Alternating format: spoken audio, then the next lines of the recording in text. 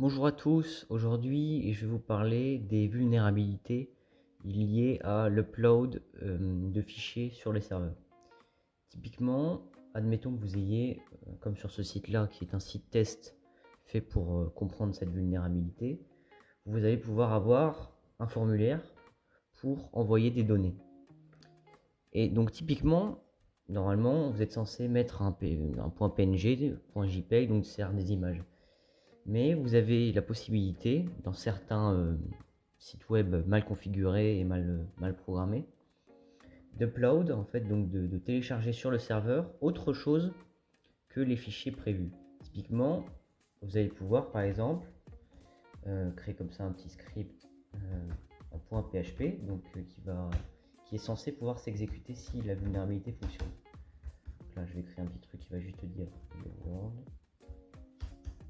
Hop, pour vérifier qu'on arrive bien à upload du PHP.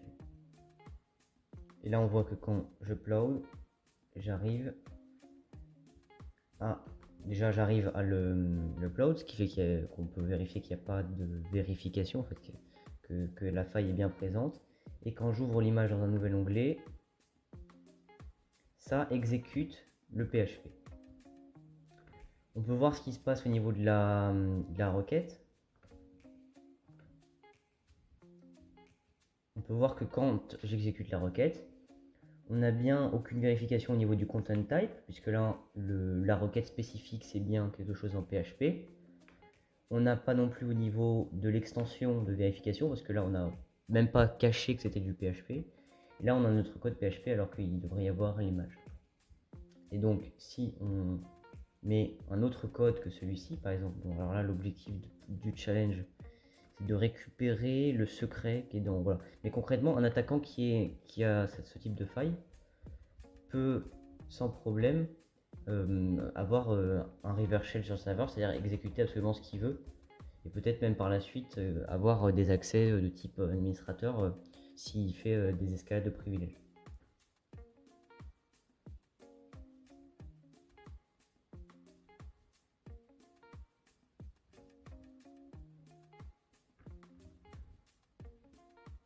Voilà, donc on va par exemple pouvoir utiliser ce code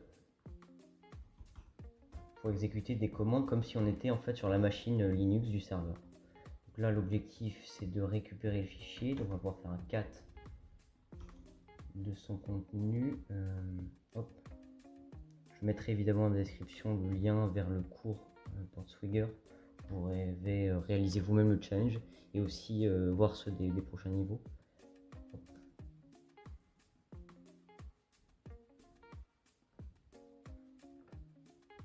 Et donc là, si je réupload mon fichier, ça passe toujours pas de vérification de la part du serveur. Je peux ouvrir ce qui est censé être l'image dans un nouvel onglet.